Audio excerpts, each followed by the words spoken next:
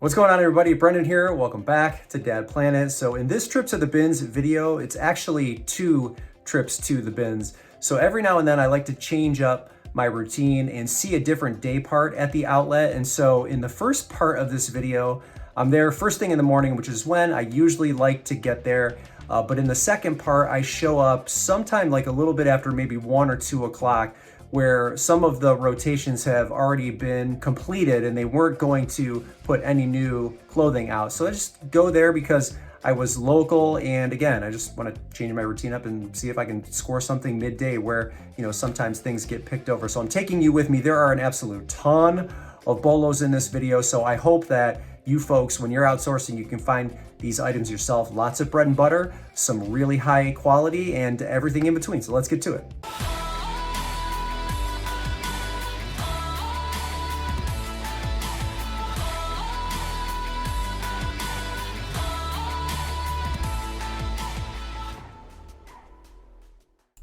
It was the perfect day to stay indoors with all of this rain. So this is my first trip to the bins, and we have another one coming up here in just a second. Looks like there was nobody there, but trust me, I was just there super early, and everybody was kind of hiding in their cars. Usually they're all lined up outside the building ready to tear it apart. So I hit the clothes and I noticed this swimsuit. It's like a one-piece skull swimsuit by Torrid.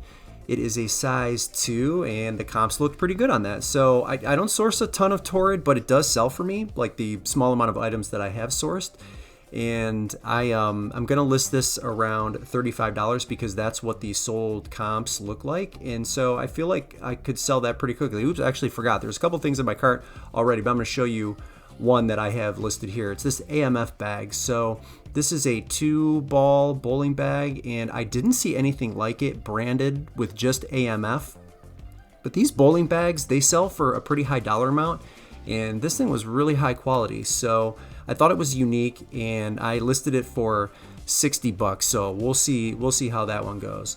So back into the clothes here, I found a pair of cool pants. The style on these is Rebel. You can always tell on the inside pocket they give the style name usually on their pants, but these were very, very high quality. The color was gray. They were a 32, 30, although the inseam I think was closer to 29 when I measured it, and I put that in the description already. But this is a very consistent $35, and so that's what I have mine listed for as well. So that will be a pretty good sale when it comes through, and that's a great brand to find. I don't find a ton of cool in my area here in Ohio. Maybe some of the West Coasters have a little bit better chance of finding it. I don't really know. I'm not even sure where they're headquartered, but that was still a pretty good find here. So this is a Stranger Things hoodie. If you look up Stranger Things hoodies and you check the list to sell ratio, there's 4 listed for every 1 that sells. And so I didn't think that was a good enough number, especially with summer coming up, to source that or sell it. So I left that behind. Same with this Steelers New Era beanie. I mean, list to sell on this one was 5-1, and the last one that sold was sold for like $6 or something. So I passed on the Steelers as well. Goodfellow is definitely not a bolo brand, but I do find here, and I'm excited to show you this because this is probably one that is harder to find. This is a 66 degrees north Iceland hoodie, and I've actually already sold this. I listed it for $60, and it sold within a couple of days. So that was a very fast sale. But if you go to their website, even their windbreakers are like $175 brand new. I bet this was $200 brand new.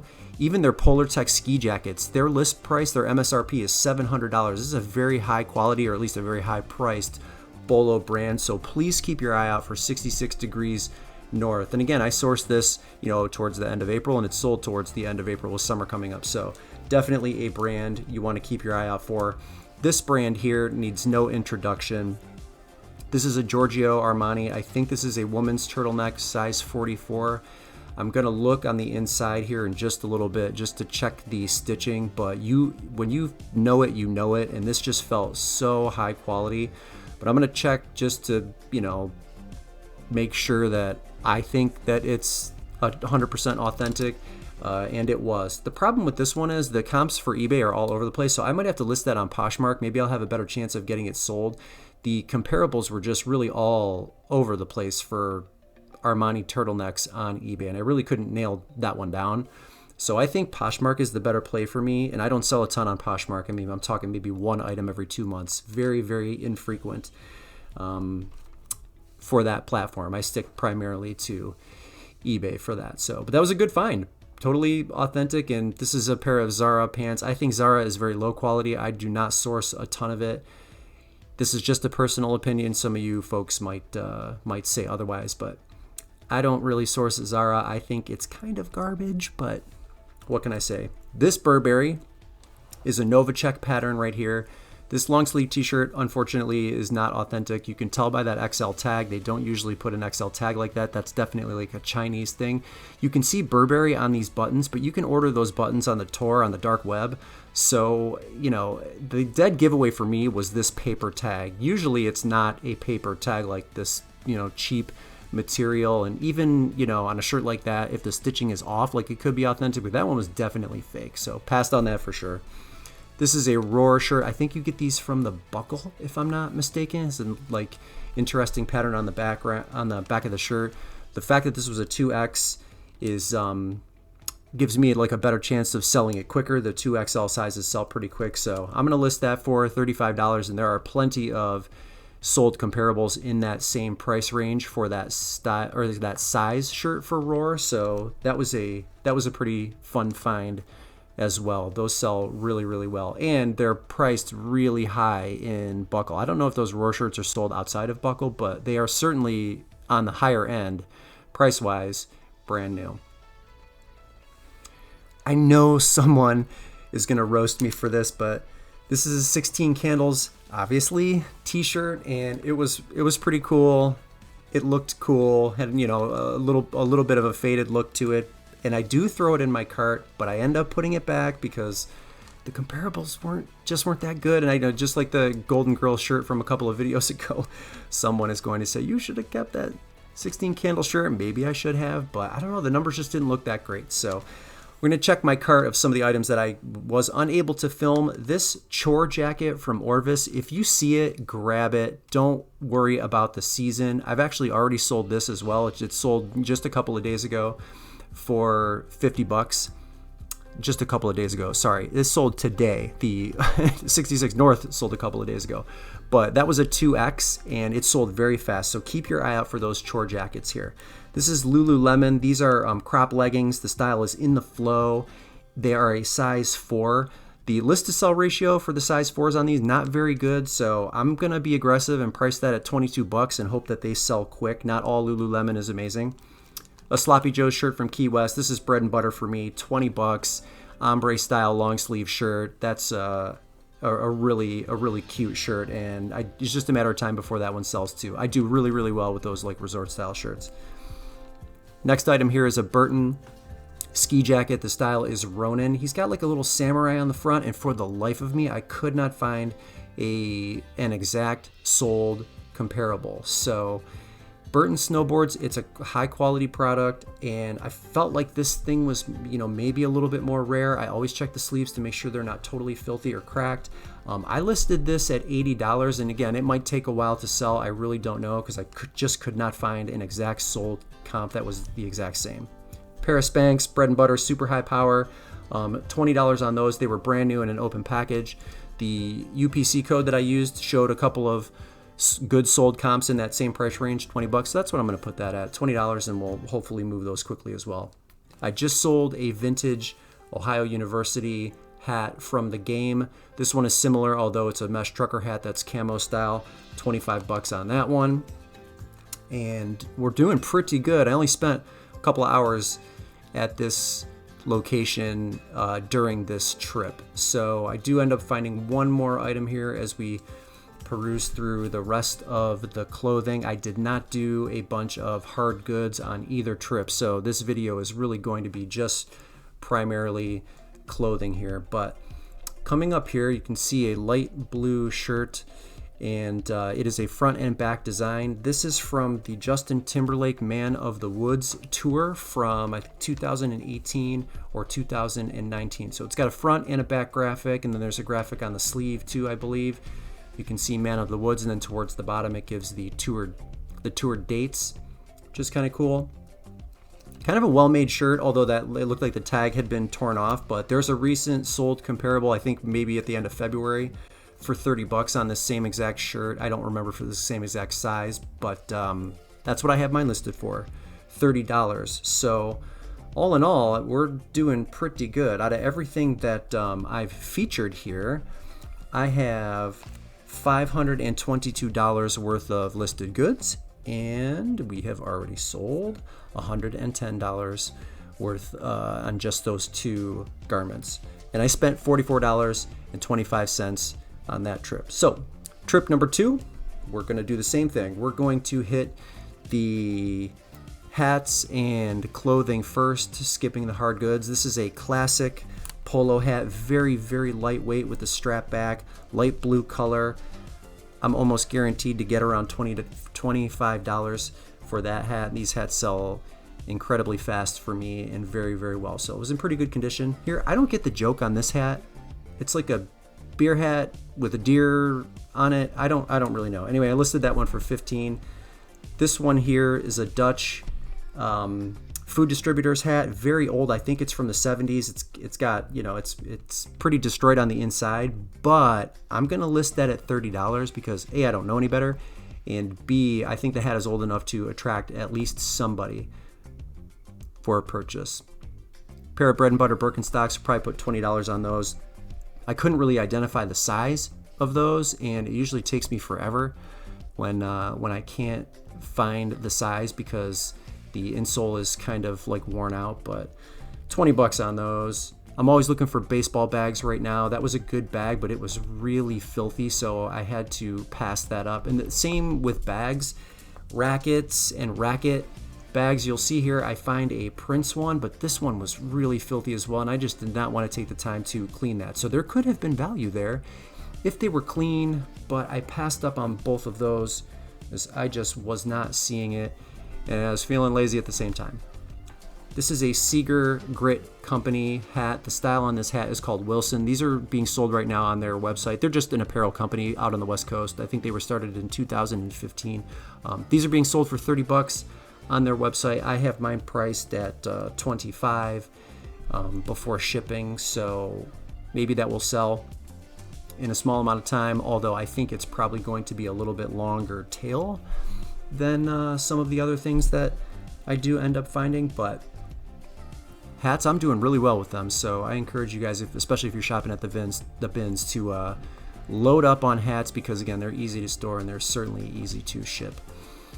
This is a Michigan State University Steve & Barry's wool varsity coat. This thing was in excellent condition, save a stain on one of the arms. I'll show it to you here in a minute. I still picked it up though because I think, based on recent sold comps of similar jackets, that I could still get $40 for this because it is such high quality. It's funny, Steve & Barry's makes jackets for a lot of the colleges, and the Ohio State stuff does not sell for a very high dollar amount, but it looked like the Michigan State ones, at least in this exact style, were selling in the like $55, $60 range. So I priced mine at $40 because, again, I don't feel as though I could get max value with that stain, and somebody might be able to get that out, but it certainly won't be me. So I just photographed it and disclosed the flaw, and I have it listed at $40. It still felt very, very high quality. So I'm going to go through the rest of this stuff. I always like to show you guys the tags so that you can see what I passed or what I may have missed, and working one-handed here as I film at the same time. I'll start wearing my GoPro more. It's just kind of hard to conceal it, and I don't want to draw that much attention to me when I'm shopping. So those 1822s, they were a size 6, the Adriana style. I mean, those might have been $10, so I passed on those. I didn't think there was really any value here. It's a pair of Lane Bryant boot cut. These were really high quality. Unfortunately, they had a flaw, and you'll see it here in a second. The belt strap was broken there, so while I might have picked those up, I definitely had to pass on them because of that flaw. This was a Champion sweatshirt. It was not reverse weave, and you know what? I probably could have picked this up and done well with it. Those colors really pop on the front of that Florida sweatshirt, but I passed on it. I have so much bread and butter, so I really do have to kind of pick and choose my battles when I'm shopping, and that's just one of them that I chose to pass up. Nothing there with Jones. New York, nothing interesting here. This is a shirt that, not that one, it's going to be the next one, or one of the next ones. You can see the red shirt right there. It's a Raising Cane's crew shirt, and I probably should have picked this up. I think I probably could have gotten $20 for it. That's divided. That is not a bolo. But when I was checking comps earlier for those Raising Cane's shirts, here it is. It looks like plenty of them were selling in the $20 range, and the fact that that has the dog on it like probably makes it even more appealing. So I passed on this, which is not normal for me because I do well with like Chipotle shirts and Pizza Hut shirts, but this next one makes up for it. So this is a pair of UGG Oralin sweatpants. I didn't know UGG made sweatpants, but when I felt these, they felt incredible. They're like grommeted drawstrings, and they were just in excellent condition. So I buy by brand, and I like UGG as a resale brand in most cases. Sometimes their boots, I feel like they're hard to clean, or they really get destroyed. But this was a really high quality piece. It was a size extra small. It had jewelry on the front, jewelry on the back there. Well made. I have those listed for $40. And yeah, I mean they're a gray one. I don't know that the gray color, there's that many great comps on it, but I'm confident that, with my pictures and listing description, that I can get that sold for $40 or very close to it. So pretty good finds there. I don't think I find anything else in this bin. Croft & Barrow, definitely not a bolo brand, at least not for me. And just a bunch of other really low-end, low-quality stuff that I didn't think I could move. I think this is maybe Victoria's Secret pink. I don't know if Love is Love pink. I didn't bother to look at it. Wouldn't have sourced it anyway, but the place was kind of empty. It was midday, and they were done rotating out all of the clothes. So, I think I did pretty good, but I'm going to show you some of the shoes that I grabbed before we're done here. It's a pair of Nike trainers, $20 on those. Very, very, very bread and butter. So I'm going to be aggressive pricing those, but these are Merrell Chameleon 4s. These are excellent shoes. So I see a lot of them selling in the $50 range. They were in great shape. I'm going to list mine at $50 as well. So that was a great find here. This is a pair of Nike Challenger OGs. There's a pair of black ones as well that you'll see here in a minute. They obviously don't have the insoles, but I'm going to clean them up and get real aggressive and list both of those for $15. They were really light, so I didn't feel like they would impact me as I was checking out financially.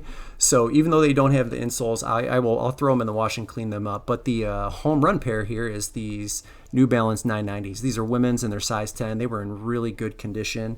And I feel like these get passed over a lot when we're in store. So I was super happy to find these. I have these listed for $60. Again, great sold comparable data to go on. And then this last little pair of Polo Madras size 2 tees. I had to have those. I got those listed at $15, but I just had to have it because I think that style is really cute. But if you total everything up from this trip, and I only spent an hour during this trip, again, because everything was not only just picked over, but they were sort of done rotating everything out. At least that's what one of the employees told me. So $390 in listed value, and it only cost me $17.80. So if we're looking for total listed value of everything, $912, and I spent $62.05. Pretty good haul, if you ask me, when you only spend 3 hours in the store. So hope you enjoyed that. All right, I hope that provides you with the inspiration and the motivation you need to get out to the bins or get out to your retail stores and source these items yourself. So Brendan here, Dad Planet. Thank you so much for tuning in. And of course, a little housekeeping, hit that like button if you liked what you saw or you learned something today, and then always consider becoming a member of the Dad Planet family by subscribing and hitting the bell notification icon so that you know every single time I upload to YouTube. But that is all I have for you. Thank you again for tuning in, and I'll catch you in the next video.